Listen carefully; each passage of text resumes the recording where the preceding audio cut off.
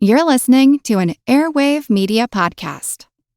Welcome to From Beneath the Hollywood Sign. If you love old movies, Hollywood history, or the golden age of filmmaking, you've come to the right place. This is the podcast that talks about amazing stories of Tinseltown from another era and fascinating conversations with writer-producer Steve Cubine and actress-writer Nan McNamara. So, Steve, did Ava Gardner and Howard Hughes have a good relationship? Well, they did until he dislocated her jaw. What? Well, don't worry. She hit him back with an ashtray. From Beneath the Hollywood Sign is the gin joint for you.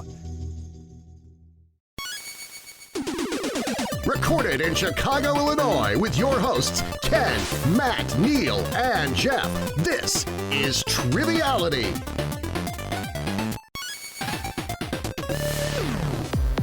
Hello and welcome to Triviality, the game where a lack of seriousness meets a little bit of knowledge. My name is Neil, and this is the week before Valentine's Day. Jeff, any big plans? No. COVID's still a thing, Neil. You know that, right? No, I've just been going around, swapping fluids with everyone. I know you haven't been out of the house in a while, but, it's still a thing that unfortunately, I can't go out for. But And Ken, you're doing okay? Does the fetal position count as a plan? I think so. As long as it's on your calendar, anything's a plan. I have fetal position every day on my calendar. So, Matt, have people been coming to your conglomerate store and giving you sweeties and little candies? Not quite yet, but I've always been told not to take candy from strangers, so I'm going to abide by that for now. If by sweeties and candies you mean coronavirus, then yes. Well, Jeff, I do want to say I was at Walgreens the other day. Thank you for sponsoring us today and rolling out the vaccine. But I was getting some sparkling water for you too for the office, and I couldn't find any vegan candy. But I got Jeff something, and I think it's perfect. It's a milk chocolate bite-sized candy called the Perfect Man. He's sweet and rich, and it's an actual muscular man. Oh my God, that you can bite into. I wish this was just a joke for the podcast, but that's an honest to God chocolate man. He's very muscular too. He doesn't appear to be wearing any clothes. Or are those heart-shaped boxers? Well, I'm not sure. He melts in your mouth. It's easier without. without. Holding a heart-shaped boxer, either it's heart-shaped boxers. I really appreciate this visual joke, by the way. Are there any nuts in there? Weird. Yeah, you guys have to Google this. It's I'm allergic, made by so I need to know. It's made by Treat Street. So The Perfect Man by Treat Street. Check it out, guys. Yeah, that's really funny. So happy Valentine's Day, everyone. But it wouldn't be Valentine's Day without some people to share in Valentine's Day. And we have two wonderful guests with us today. Our first guest is going to be a competitor. He is an Oakland 5 supporter on Patreon, and we appreciate that. And he's coming to us from California, just like Matthew over there, and that is Hung Pham. How's it going, Hung? Hey, guys. How you doing? Good. Thank you so much for joining us today. Why don't you tell us a little bit about yourself? And we're happy to have you on the show. We're going to have you on Bloodsport Season 2, but the schedules didn't work out, so we're really excited to have you here today. Yeah, I was really sad that first time when you guys reached out, and I was so busy with school that I couldn't come on, but I'm happy that you guys contacted me this time. So as mentioned, I'm Hung, and I am in Orange County, studying Orange County, of course. I actually teach at a large Los Angeles school. I teach organic chemistry there. And I also actually co-own an escape room down in Orange County also. So actually, if you guys are interested in playing a virtual escape room, we can talk later. Oh, awesome. I love those. Yeah, that's wonderful. And we'll make sure to have you plug it at the end of the show if people want to check it out and support your escape room. And your organic chemistry class also. Yeah. If anybody needs a class. I'll send you the lecture link. The last time Ken said that we could do a virtual escape room, he locked me in the trunk of his car. So. Remember, you always kick out the headlight first so you know where you are. And I only know that from experience. But before we talk any more about kidnapping, let's go to our guest host today. We're very happy to have him here. He's a rules guy impersonator on Patreon, coming to us from Twin Falls, Idaho, and that's Chris Scholes. How's it going, Chris? Oh, so far so good. Good to see you guys. Good to see you, and you're looking great in a Triviality T-shirt there. I've got sweatshirt. Or sweatshirt. Yeah, hey, it's wintertime. I'll get the T-shirt for the summer. There you go. And that is the Element shirt there from TeePublic. So thank you for supporting us over there. And why don't you tell us a little bit about yourself? Well, I am a dermatologist, and I practice here in Twin Falls, Idaho, and just getting kind of past the Christmas break and got my kids sent back off to college, and just been listening and supporting for a while, and really excited to be on. Wonderful. Well, we're so happy to have you here. And if my cheeks get red during the recording, it's just my rosacea. And I'm also excited to have you here. But Nobody ask him for a screening, please. I'm good as long as you don't have to drop any clothing. Well, we already have a chocolate perfect man who's nude, so anything's possible today. All right. Well, let's just go to the rules to make sure we know how the game is played. And today it's actually from our host, Chris. The rules of the game are simple. 20 questions, split into 2 rounds, worth 10 points apiece. At halftime, there will be a special swing round designed by this week's host. After regulation, players will enter the final round with the points that they've accumulated and will have a chance to wager 0 to 30 points on 5 categorized questions. At the end of the game, someone will be named the cream of the crop. Cream of the crop. Very sultry, Chris. That sounded great. It's been a long time since we had a fan rules read. It has been, in perfect radio voice, I think. Yeah, I think so too. Yeah, and next time we'll have you do it in Dutch, Chris. I'll work on that. All right, well, the teams are going to be Ken and Jeff. Any ideas on a team name here? Well, I'm drinking out of an Iron Man mug, and Jeff just said he watched Iron Man 2 again. So Yeah. pick your favorite element. I've been watching the Marvel movies with Angie, and I've been really digging some 90s grunge, so I feel like we should be Lithium Man. Lithium Man. All right, that's us. All right, Lithium Man. And Matt and Hung, any ideas on a team name over there? Well, we're both from the West Coast. Originally. You teach organic chemistry. I think it's only fair that we are the OCs. All right. There you go. So the OCs and Lithium Man. Okay, let's throw it to Chris and start this game off. Good deal. Well, before we start, I want to send a big thank you to a lot of folks at the Crop. I had a whole ton of folks that helped to play test this, so it was very helpful for sure. Okay, question 1. Category is just the basics. According to Sami Nosrat, in a best-selling cookbook of 2018, what are the 4 foundational elements in cooking? And if you'd like a hint, I've got one for you. Yeah, I think we'll take that. Right, guys? Yeah. Yes, please. Okay. The hint is the 4 elements are the title of the cookbook. Oh. Okay. Okay. Another hint, please. That's all you get, Matt. We're kind of settling in around heat and salt, and water sounds good. That sounds like an element of cooking. And then the last one, do you want to just go butter? Because butter's good. Butter's good. I mean, what's a more generic term for butter? Like fats, I guess? Maybe fats and oils? Let's say fat. All right. So we got fat, salt, water, heat. All right. So it sounds like you guys were kind of dipping your toes into the direction that we were going to.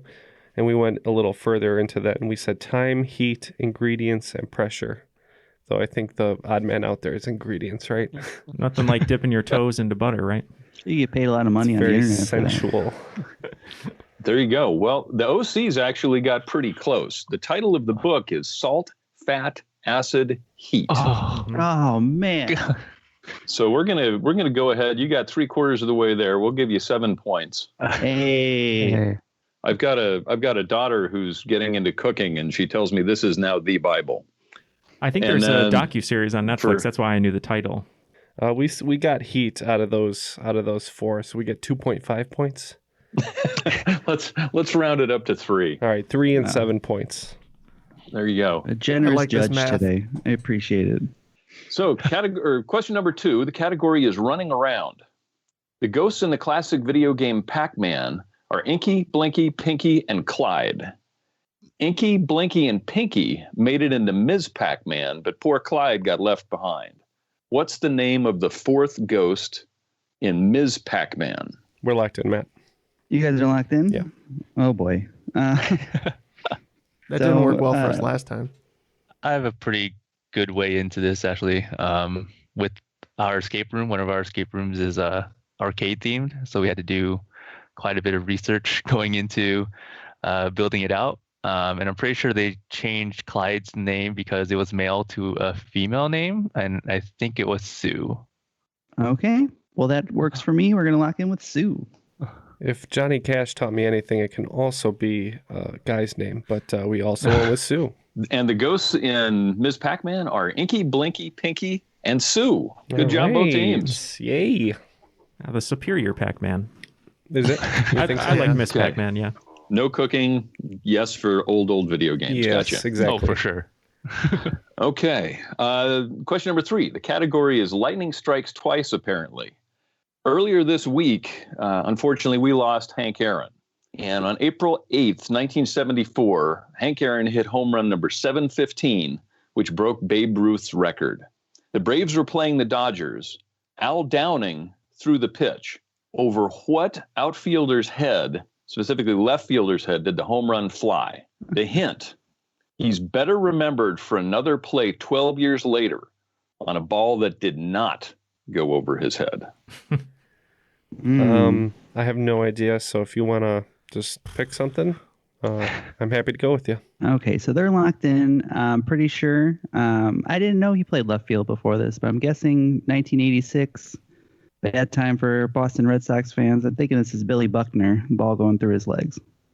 I'm happy you're my partner this time. It's all you. Cool. So we're going to lock in with Bill Buckner. What did we lock in with, Chuck E. Cheese? Or? No, we guessed an actual baseball player who I believe was in the outfield. We guessed Reggie Jackson, but I knew he played for the Yankees. Okay.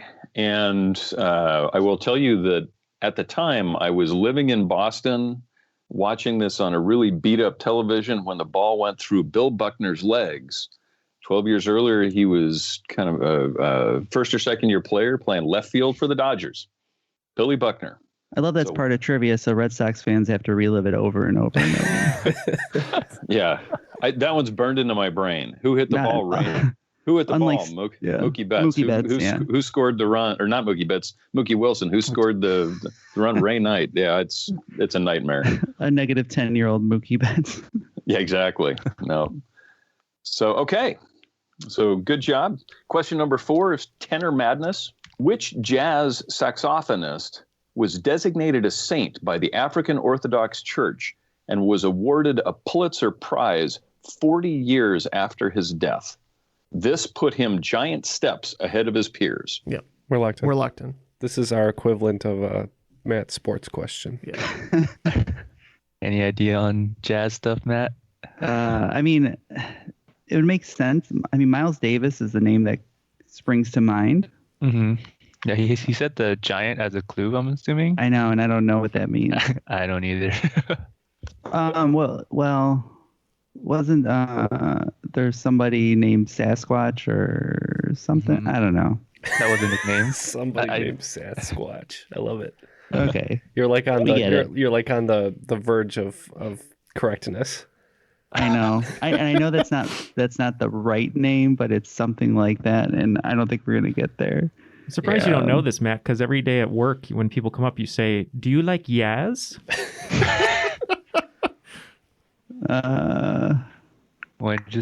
Want to say Sasquatch and hope they give it to us?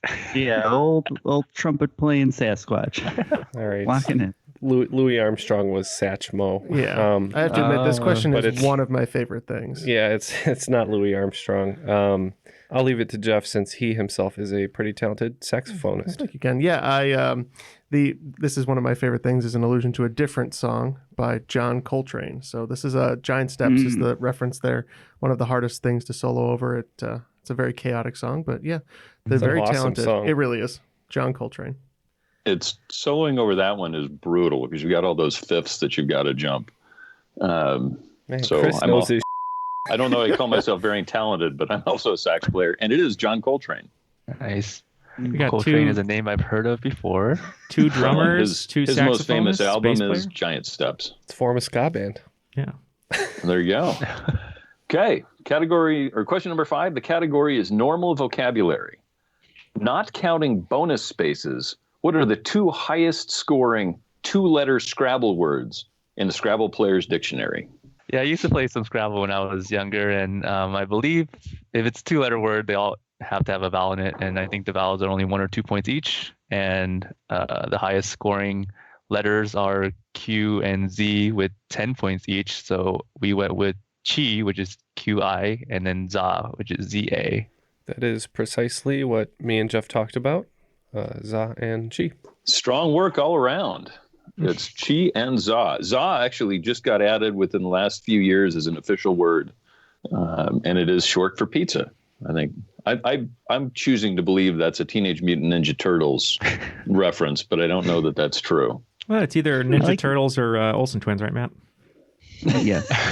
I want cheats. That's what we said. Well, after 5 questions, the game is very close. We have Lithium Man with a Scottie Pippen tribute here with 33, and the OCs with 37, which I can't think of a player that's 37, but good work. So good, close game. Question number 6. The category is busy school. MIT has 3 mascots, including the engineers and the somewhat archaic tech men. What is the most commonly recognized mascot for MIT? And in a nod to students, the mascot is noted to be industrious and to do its best work at night. The Batman. We're locked in here. Beaver is an interesting one. I mean, are you sure they don't work at night? They work for sure. Yeah. So we're locking in around the busiest beavers, who hopefully work at night. Very industrious animals. So you want to lock in with that? I'm okay with beaver. We're locking in with the MIT Beavers. Yeah, we had the similar thought here. We thought busy as a beaver is an expression, and for some reason I think they might be nocturnal, so we said the beaver.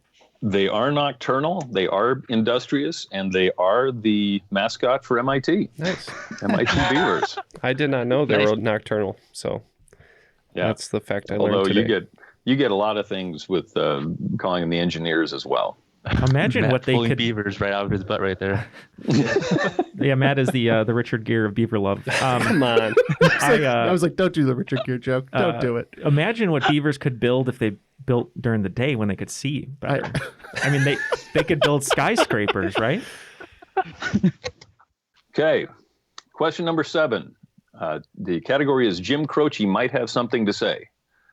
Roughly 40 years ago in the comic books, not in the Marvel Cinematic Universe, Tony Stark gave up being Iron Man for a time.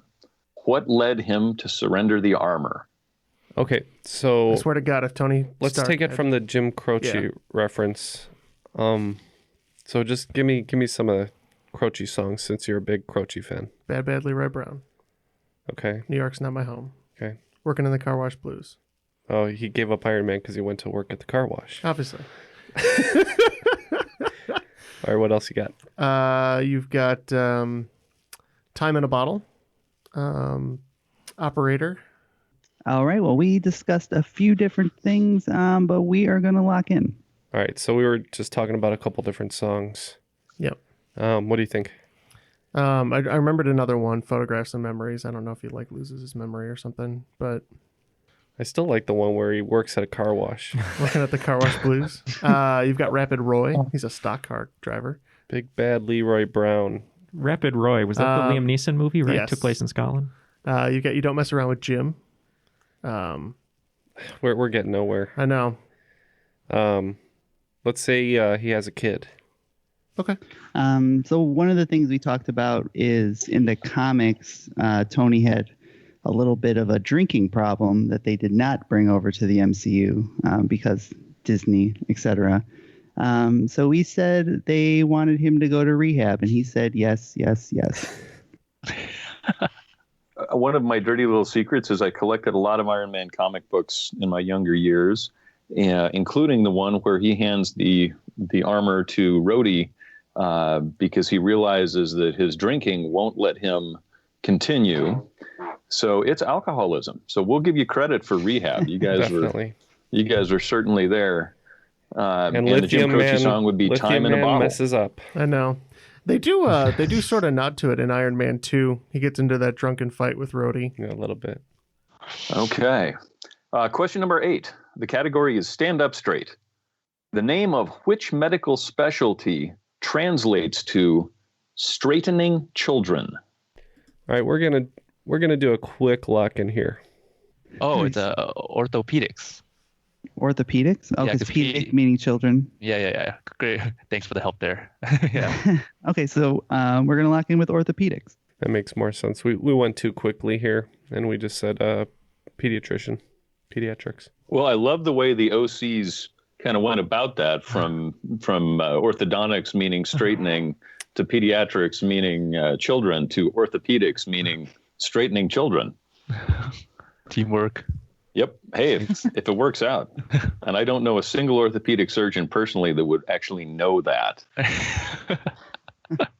The question number 9, the category is words to remember.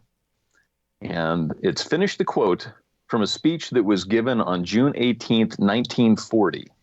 Quote, "Let us therefore brace ourselves to our duties and so bear ourselves that if the British Empire and its Commonwealth last for 1,000 years, men will still say." Oh, so you guys are locked in. So Hung, you said that history was definitely your best category and something you know. No, we had a hard time with this one. But I think we got there. We went through a bunch of different quotes. God Save the Queen, some of the other kind of more famous ones. But this one thing just kept sticking over and over, and we said that we believe it was Winston Churchill, and he said this was their finest hour. That's a good one. We also thought it was Winston Churchill, and we were struggling with a couple different catchphrases, but we thought it was based on the phrasing, people in the future talking about the people in the past, and we ended up saying we prevailed. Okay. Well, you can actually go online and hear recordings of this speech. And as context, this was given before the Battle of Britain. So it was at a time when they really didn't know if Britain was going to exist within a matter of days. And so bear ourselves that if the British Empire and its Commonwealth last for 1,000 years, men will still say, this was their finest hour. Good job. I cannot believe you guys went round and round and got that.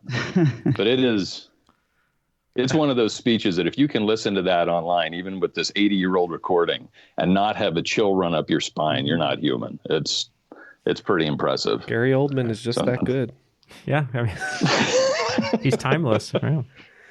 I'm anyway, I'm convinced that Matt has this receptacle of genius held in his butt, just pulling stuff out. He really does. Like, people talk about Matt like he's like a sports guy, but he is a smart cookie.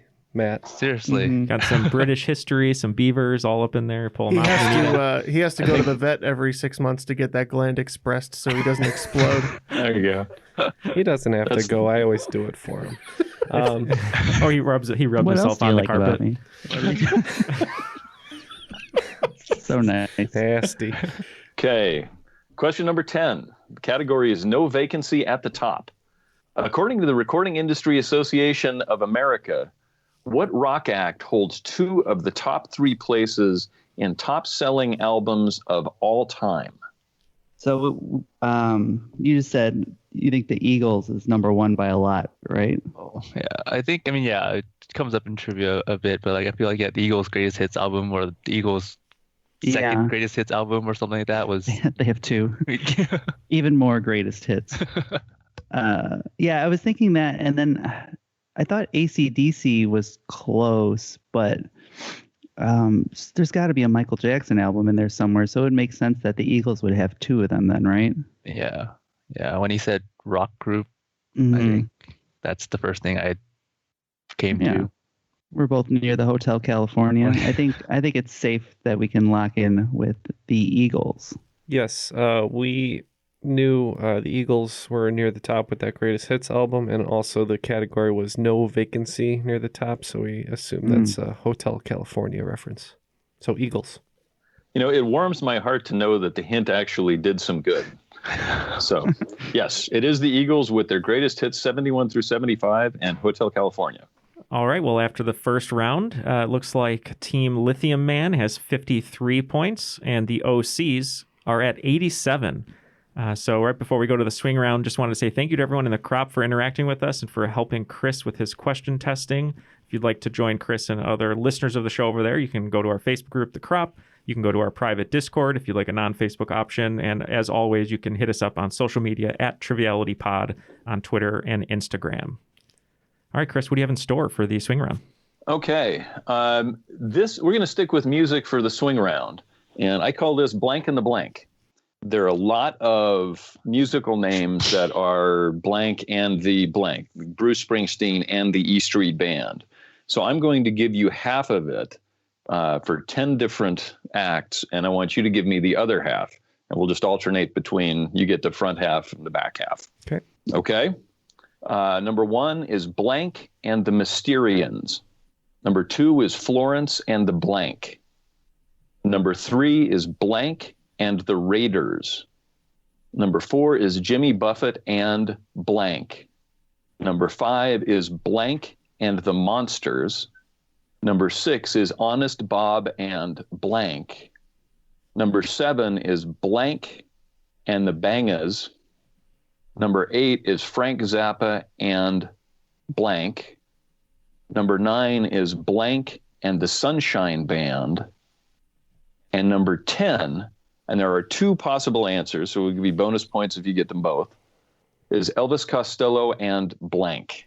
All right, we're going to mull over these and be back soon with our answers. All right, so after kind of unfortunate first round for our team, all the answers for the swing round are locked in, hoping to make up a few points because of our near misses and Matt's excellent polls.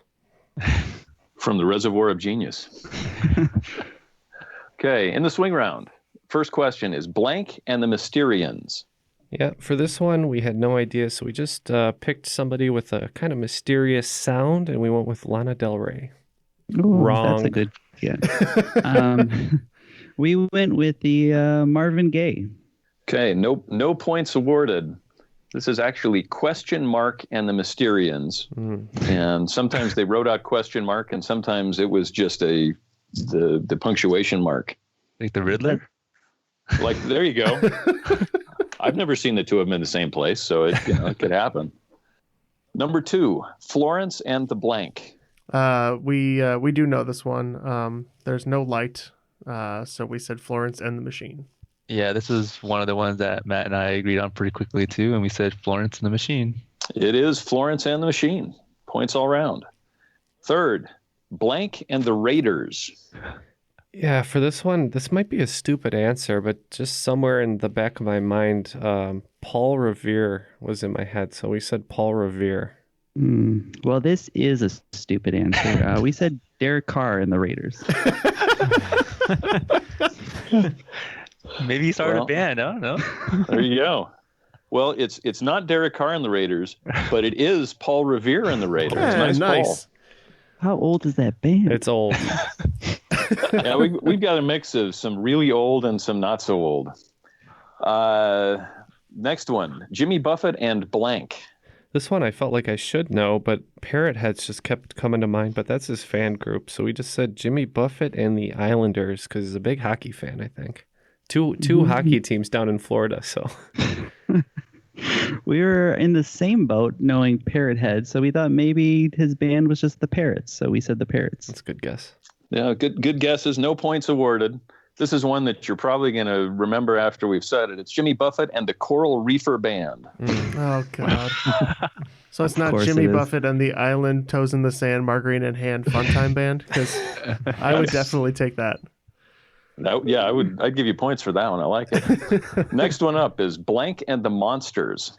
Yeah, we didn't know, so we just picked our favorite novelty group, Vincent Price and the Monsters. We went, this one was a little bit more metal, and we said Of Mice and Men and the Monsters.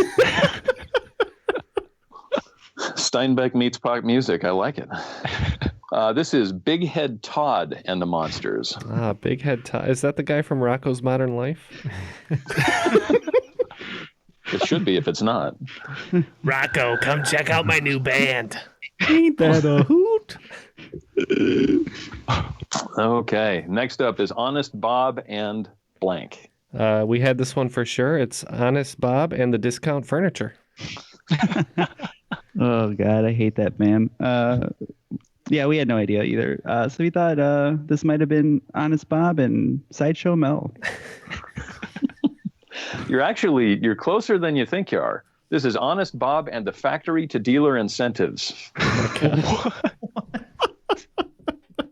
This is a pullback. They were an absolutely unknown band that managed to get a couple of songs into Rock Band when it came out. And that was sort of their break. Finally. Next up is Blank and the Bangas.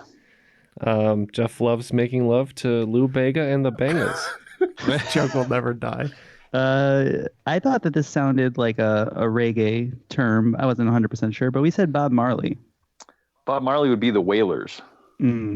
So Also this a hockey is, reference. There you go. This is one of the first winners of the NPR Tiny Desk concert. This is Tank and the Bangas. That's a cool name. I like that. They're really, really good. Next up is Frank Zappa and... This is one of the harder ones that we think we actually got, and we went with the Mothers of Invention.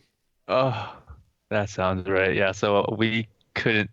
It's in the back of my head somewhere. I was trying to rack my brain, and I believe we locked in with Zappa and the Mothers. I'm going to give you 1 point for the Mothers because there is a song out there that references, quote, Frank Zappa and the Mothers. Smoke on the Water. But the band is Frank Zappa and the Mothers of Invention. Wow. Okay, Blank and the Sunshine Band. I will shake, shake, shake my booty to anything by KC. So we said KC and the Sunshine Band. In honor of the Kansas City Chiefs, we put in KC and the Sunshine Band. I was going to be deeply disappointed if you guys didn't get that one right, but nope, you got it. KC and the Sunshine Band. And last, and there are two different answers. I'll get you 2 points for each one. Elvis Costello and Blank. This is definitely the one that I agonized over the most because I just read this information. I think the last episode we recorded, we accidentally said Elvis Costello for an answer instead of Buddy Holly for the Crickets. And I just read the name of the band and I couldn't remember. I went with Expressions because I think it starts with an E, but I can't say that I'm sure. Yep. Well, I wrote that question, and I was really hoping that the Crickets were going to be on here, but they were not. So we had no idea. Said Elvis Costello, and I just said horned rimmed glasses. Which really should be right. It's not, but it really should be. No, initially it was Elvis Costello and the Attractions. Attractions. Oh. And that was most of the work that he did. And then he kind of mellowed out, got married to Diana Krall. And now it's Elvis Costello and the Imposters. Oh, God. So disappointed. You picked the wrong vowel for start. I really did. Yeah. Yep. All right. Well, not a lot of points in this swing round, but it's going to bring our totals to 73 for the Lithium Man and 98 for the OCs. So still very, very close. These are weird scores. Chris's judgments are causing weird scores, but I appreciate the extra points. Hey, I could just give you zeros. That's all good. So no, keep the points coming. Stop complaining, Ken. Yeah, there you go. And you get a bonus point of the square root of -1 for the next one. Wow. I have no idea what that is. It's I. Yeah. Okay, going into round 2. The first question in round 2 is the obligatory dermatology question. You guys didn't know that was coming? What heartbreaking skin disease, most commonly noted on the knees and elbows, affects roughly 3% of the population of the United States? Okay, we are going to lock in here. So we're going about trying to think of all the commercials with the happy folks throwing footballs and giving high fives. I don't think you're in the right genre of medical ad. Commercial, yeah. Yeah, that's for pills. Oh. I've been told that will allow me to throw a football again. So you guys have a lot of potential T-shirts coming out of this episode. It's All right, true. so It's work, Neil. Skin disease, there's like eczema, but that's not like on knees and. Yeah, and I think that affects elbows. more than 3% of the population too. I don't want to sound stupid here, but is psoriasis a skin condition? It is. Because I hear that term a lot. Yeah. I don't know why. I'm trying to think of heartbreaking. I'm wondering if it's like heartbreaking. And I was like, is that clue there's or a not? I know there's a rash that presents almost in like a heart shape, and it might be for that. I don't know. I think we can lock in with psoriasis. That sounds good. Yeah, I don't know exactly what it is. I just know the term exists. All right. We are locked in with a word we're sure is a word. We were definitely thinking eczema initially, but the more I thought about it, the more I felt those ads were for psoriasis. Those ads, they don't tell you the medicines run like $50,000 a year. Those are for a lot of new medications that we use to treat psoriasis. So good pull all around. Where's the heartbreak come in? There used to be an ad campaign that probably predates anybody out of this group but me that was talking about medicines that were used to treat, quote unquote, the heartbreak of psoriasis. Question number 2 in the second round is alternate history. There are 2 musical artists. One is an individual, the other is a group, both with multiple number 1 hits that released greatest hits albums titled History. One was released in 1975 and the other in 1995. Name the artists. I'll give you half credit for one and full credit for 2. So we thought 1975. That was not going to happen. Let's just say the Monkees for that one, because whatever. The 1995 one, I was pretty sure that this was Michael Jackson. I think he came out with an album around this time of greatest hits. It was right before he signed to a new label and put out that album that nobody liked. So I think we'll just lock in with Michael Jackson. We too were pretty confident with Michael Jackson as one, and the other one we just guessed the Rolling Stones. Okay. Well, in 1995, Michael Jackson released History, and in my vote for the most appropriately titled greatest hits album, if you're a group called America, your greatest hits might well be called History. That's a bummer. So, 5 points each. That's why I was wondering about if there was some kind of tie-in, because I knew I had heard it. America. So, okay, question number 3. Here's looking at you. Roughly 1/3 of people in the U.S. have the photic reflex, including me. What are people like me likely to do when exposed to bright light? And I do have a hint if you would like it. We can lock in. I'm a sufferer. Okay. Sufferer in quotes of this affliction. So weirdly, I was talking about this affliction with someone at Christmas, because that's the kind of person I am. It's not a bummer topic. It's just weird. No, it's just weird. It is weird. And there's no reason to I bring it suffer daily from this. Sneezing? Yeah, I'm pretty sure this is sneezing. So we'll lock in with sneezing. It is convenient, though, because when I have one that's kind of cresting and refuses, I can kind of just look up at the light and kind of coax it out. So, yeah, sneezing. I believe that's called achoo. That's actually your hint. It's the autosomal compelling helio-ophthalmic outburst syndrome, or achoo syndrome. You sneeze. And if you've got it, you know it. And if you don't, you don't. So 10 points all around. Well done. Question 4. The category is Fall Guy, October Guy. What major leaguer, with his number retired by both the Yankees and Athletics, struck out more times than anyone else in Major League Baseball history? I think we can lock in. With the guy, maybe Mr. October, somebody in the fall. I think that this is Reggie Jackson. You want to lock in with that? Yeah, we're locked in. It's so funny that I should mention him earlier, because, yeah, that's definitely Reggie Jackson. Yeah, you guys have been pretty good. I mean, I have all these questions written, and you've got the Iron Man mug on your desk, and then you were talking about Reggie Jackson earlier. I feel like I've stumbled into a trap. We missed the Iron Man question, though. But I got baseball. You got a baseball. Okay. As somebody who's a lifetime Red Sox fan, just knowing that Reggie Jackson struck out more than anybody else in history kind of makes me feel warm and fuzzy inside. But it is Reggie Jackson. Okay, question number 5 in the second round. Category is sounds like a cartoon. What is the derogatory avian political term for a person who advocates for war, but who actively avoided military service? I mean, so it's leaning me towards like a chicken, right? Because they're avoiding the service. Right. But what was the name of the southern chicken on Looney Tunes? Foghorn Leghorn. You want to log in with Foghorn Leghorn? Just do it. Yeah, okay. Foghorn Leghorn. I think you guys are closer than you realize, because I don't think he saw a chicken hawk. But we think this is a warhawk. So we said hawk. Ooh. Yeah, we just said warhawk. These guys were getting towards the chicken hawk angle, so I think it's chicken hawk, but we said warhawk. It is chicken hawk, yeah. Yep. A war hawk is just somebody who's advocating for war. A chicken hawk is a war hawk that dodged the draft or avoided military service. Gotcha. Can you check if foghorn leghorn was ever referenced as a term? I sit. Yeah. Yeah, but the little chicken. They did use the word chicken hawk in the old foghorn leghorns for the little guy. Yeah, guy was. He wanted to fight everybody. Yeah. Oh. Yep. So no points on that one. After 5 questions in the second round, both teams picking up 35 points, bringing totals to 108 for Lithium Man and 133 for the OCs. Still reasonably close. Mm-hmm. Question number 6. Dude has talent.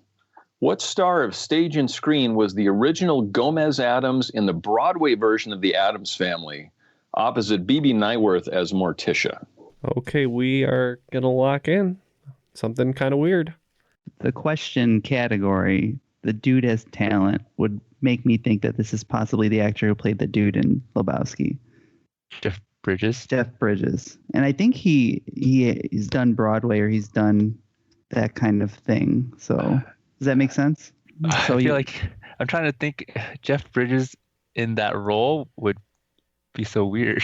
Yeah. But they whitewashed everything at the time.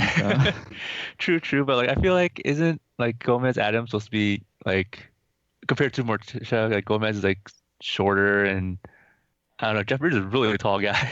Yeah. Well, maybe they got Cher to play Morticia, and then it was an appropriate height difference. Yeah, I mean, I don't have anything better than that. So yeah, so we're gonna lock in with the dude, Jeff Bridges.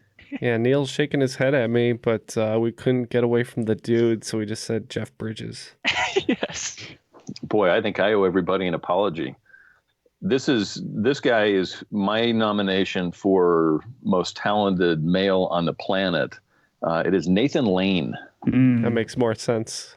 Yeah, and it was mid 2000s, 2006, 2007, somewhere around there. I don't remember exactly. Yeah, well, that's just like your opinion, man. Well, the first part, but he does have talent. Can we get this Jeff Bridges Cher recasting in though? I would watch the hell out of that. Yeah. Question number 7. If at first you don't succeed, skydiving is not for you. On September 8th, 1974, Evel Knievel attempted to jump the Snake River Canyon in a rocket-powered sky cycle, but failed. The jump was eventually completed by stuntman Eddie Braun in 2016. In what U.S. state is the Snake River Canyon? That doesn't mean anything to me. Does it mean anything to you? Yeah. Where's the Springfield Gorge, though? Anytown, USA. I think I once died from dysentery in Snake River Canyon. Should have forded the river. No, I think so. I think Neil's not too far off. I think Snake River is at least close to the Oregon Trail or nearby. Like it's in the west of the United States. Right. Pretty sure. So maybe Colorado. Yeah. Or Utah. I think. Correct me if I'm wrong here. I think I remember when Chris introduced himself. He's from Idaho. Mm-hmm. And so I feel like, and just from me listening to other people hosting, sometimes they like to pull their own home states in. So I would. But has anything ever happened in Idaho? Yeah. I mean, they have pretty good potatoes. Maybe that's where all the potatoes come from. Yeah, that's true. Yeah, let's lock in with Idaho. That sounds great. Idaho. You know, a lot of times when people talk about Idaho, they talk about it negatively, like there's only potatoes in Idaho. But potatoes are actually everything. So if I could be in a state with just potatoes, I think that's heaven, right? Yeah. So, originally I was thinking it was a bit further south, like Utah, Arizona, but I was like, if I don't know it for sure, go game theory. So we went Idaho. Okay, well, game theory pays off. Specifically, the jump site is half a mile north of my home. So the dirt ramp is still there, so I can walk down and stand on the dirt ramp and look out over the canyon. but Twin Falls, Idaho. So 10 points all around. Yeah, I had to put the shout out in there. Question number 8 in the second round is old-time geek history. In the original Advanced Dungeons and Dragons rules, initially published in 1978, what are the 2 available subclasses of fighters? All right, so we were comparing Diablo characters and Final Fantasy characters, and we have locked in with barbarians and monks. I mean, those are both current classes in D&D, so that's not a bad guess. We also guessed, we went with rangers and paladins. Well, one team definitely has more old-time geek cred than the other, although I'm eagerly awaiting Diablo 4. But in the original Advanced Dungeons & Dragons, you could be a plain old fighter, or if you wanted a subclass, you could be a paladin, or you could be a ranger. Good job, Jeff. So nice. 10 points to Lithium Man. Listening to your conversation, you're naming so many things. I was like, I don't know what they're talking about, but... So good job. Okay, number 9. The category is all aboard. Before the formation of the RIAA, the Recording Industry Association of America, the first gold record was awarded by RCA Victor to one of its recording artists.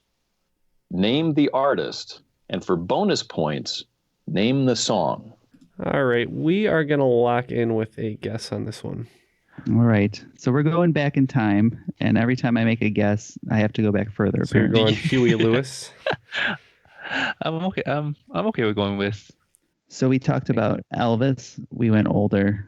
Sinatra, older. I think we're landing on Bing Crosby, and I think White Christmas, which is, a standard trivia classic and a standard Christmas classic. That's a good guess. I like that guess. I wish we guessed it. But we just said Buddy Holly and Peggy Sue. Okay.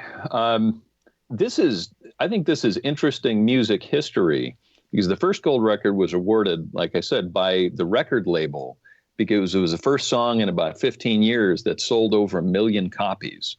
And the artist is Glenn Miller, who was also mentioned earlier in this podcast.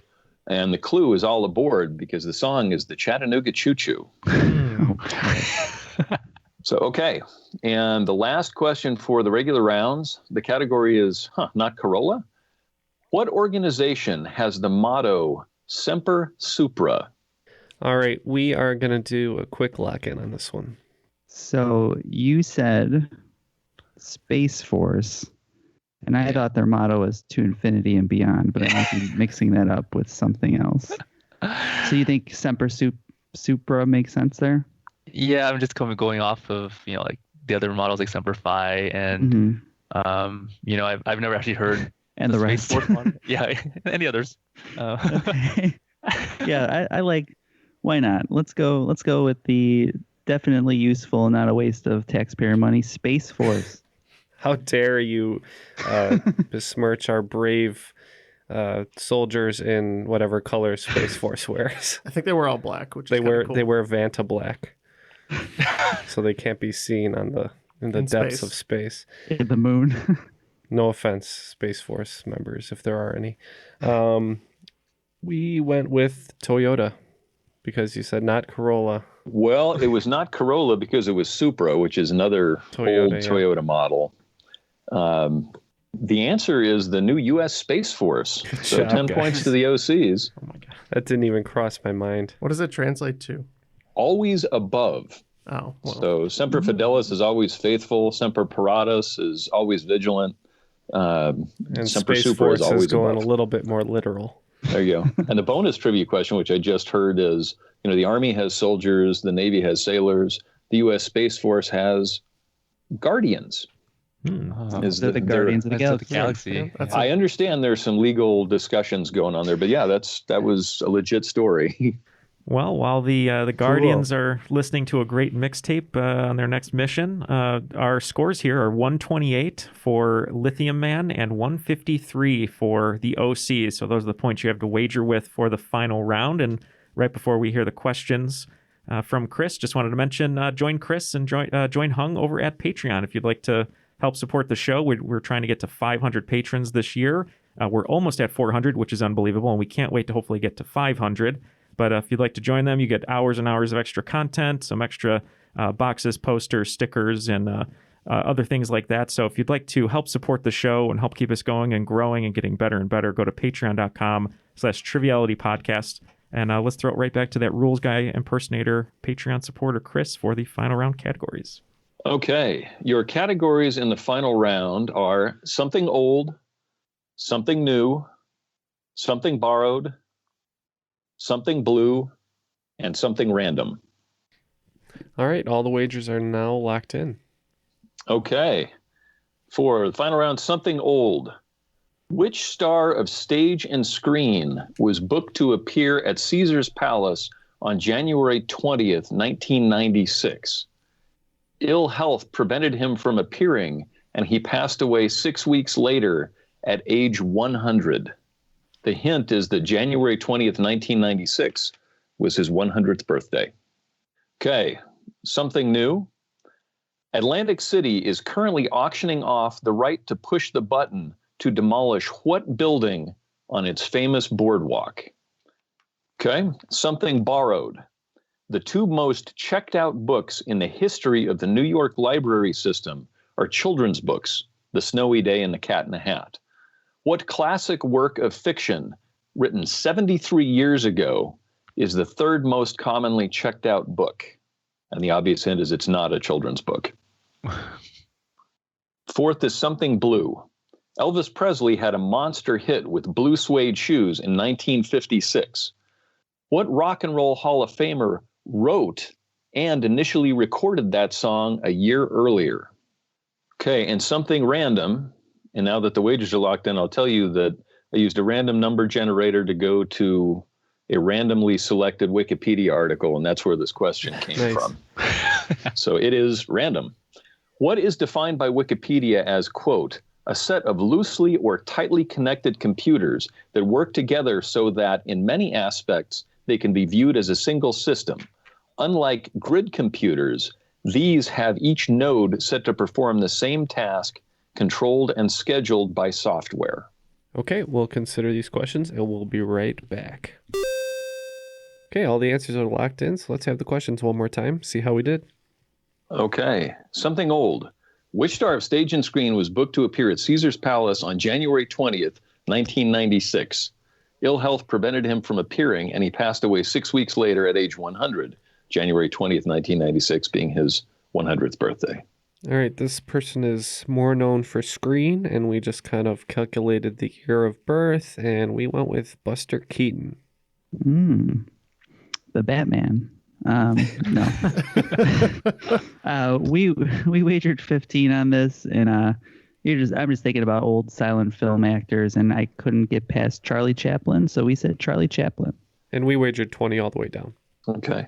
I have to ask Neil, when you said you would be cursing God, were you referencing both questions 1 and 5 or just 5? Oh, I was just referencing number 1 here. With just number 1? Yeah. The film is Oh God with John Denver and George Burns. George Burns was scheduled to appear on his 100th birthday, and he didn't make it. I didn't realize he was that old. Yeah, I'm surprised. All you guys are smoking cigars right now, and none of you thought of it. The Triviality Say Cigar good night, Lounge. Gracie. Good night, Gracie. There you go. So something new. Atlantic City is currently auctioning off the right to push the button to demolish what building on its famous boardwalk? All right. Again, we wagered 20 on this, and we think that it defaulted, so we guessed the Trump casino. So. Yeah, I think Matt and I came to similar conclusions on our own that it was a Trump building. I believe we locked in with Trump Plaza. Yeah, it's the Trump Plaza Hotel and Casino, so points all around. Yeah, there's some demand for pressing that button. We did wager 20 points on that, just for the record. Nice. Okay, something borrowed. The two most checked out books in the history of the New York library system are children's books, The Snowy Day and The Cat in the Hat. What classic work of fiction written 73 years ago is the third most commonly checked out book? All right, so definitely not a children's book. Again, wagering 20. I couldn't get the fact that it was analogous in my head to the year of 48, and I think this is George Orwell's 1984. So that's what we guessed. Yeah, we wagered 20, and we thought that the question was a little Orwellian, so we said 1984. Well, in 1948, when George Orwell was writing this, he had to come up with some date in the far future, so we just switched the digits around. That's 1984 by George Orwell. In the future. Matt, I have you at 15 points wagers, what I wrote down. Is that correct? Or That is correct. We wagered 15 points on that one. I was trying to cheat the system, apparently. How dare you. Orwellian of me. Sorry, next up is Something Blue. Elvis Presley had a monster hit with blue suede shoes in 1956. What Rock and Roll Hall of Famer wrote and initially recorded that song a year earlier? We really had no clue on this one, so I just took what I remembered from the movie Walk the Line, and I think Jerry Lee Lewis and Elvis Presley had some collaboration, so that's what we said. We wagered 30 on this one, and I have actually recently read this, and I believe it's Carl Perkins. The other $1 Million Quartet guy, huh? Mm-hmm. Yep. And the answer is Carl Perkins. Good job, Matt. Love me some Elvis. There you go. It's a reservoir of genius, I'm telling you. Okay, and then something random. What is defined by Wikipedia as a set of loosely or tightly connected computers that work together so that in many aspects they can be viewed as a single system? Unlike grid computers, these have each node set to perform the same task, controlled and scheduled by software. Again, wagering 20 as we did for the rest of the game. We just guessed this was a computer network. We didn't know. Yeah, well, we had a good idea about what it is, what it looks like, and what it does, and just could not come up with the name. We wagered 30 on this, and we're hoping that our guess was close, and we said cluster computing. Well, that was probably the most amazing poll that I've ever listened to. Oh, no. It is a cluster, or computer cluster, or cluster computing. Wow, that was all hung to. Awesome job. Man, you guys could not be stopped today. Dude, I never thought things for my PhD would actually be useful. And it's just like, because I do computational organic chemistry. And so like we use a computer cluster, but I couldn't pull that word for the longest time. Yeah, until it's a $100,000 answer right there. Great job. Nice. Where'd you do your PhD? UCLA. I'm a big Bruins fan right now, just so you know. That's going to be it for this game, and with all the points added up, it looks like Team Lithium Man is going to finish with 108, but today's cream of the crop are the OCs with a score of 233. I am the cream, yeah. The cream of the crop. Well done, guys. Yeah, you could not be stopped. You were like the Chattanooga Choo Choo. You just could not be stopped. Kept on chugging along, right? A large portion of that was definitely the receptacle or the Reservoir of Genius. The Reservoir of Genius. Hiding. Well, also known as Matt's behind. Yeah, you're pulling a lot of stuff out of there today. You can put that in smaller letters on the back of the T-shirt. On the front, it just says a Reservoir of Genius. We're gonna have to get like jackets with tails.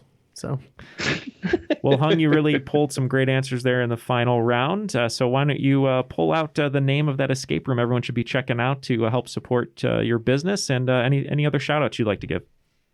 Sure. Yeah. My escape room is called Unlocked Escape Rooms. So that's a past tense of unlock. We're located in Orange County, so you can find our website at unlockedoc.com. We're currently hosting virtual games, so if anyone's interested, feel free to go on there and take a gander. But I want to do a quick shout out to my trivia team, the Donner Party Potluck. So we used to go to a trivia place in Anaheim in Orange County every week, and I've been doing it for a couple of years now. But because of the pandemic, we had to obviously stop. But luckily, one of the sort of regulars that goes there, he sort of got all our phone numbers before the pandemic started, and then so we actually have been meeting on Zoom, taking turns writing games for each other every week, and now we're going on to our, I think, 44th or 45th week straight. And so it's been really fun and some great human interaction that is much needed during this time. So awesome. It's been awesome.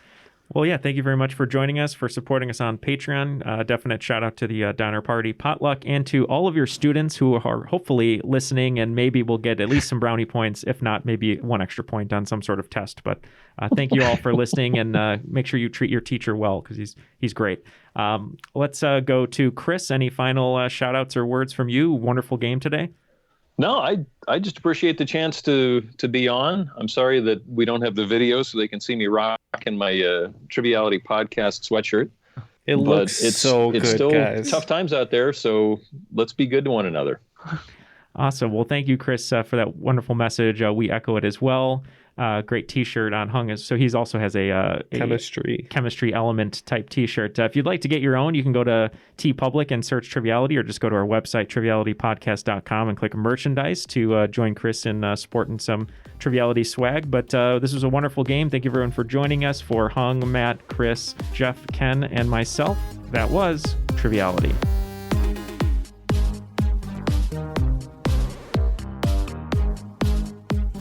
For you, Either so. play clarinet or we'll have you be the rhythm guitar in the ska band. Just go tick, tick, tick, tick, tick, tick, tick.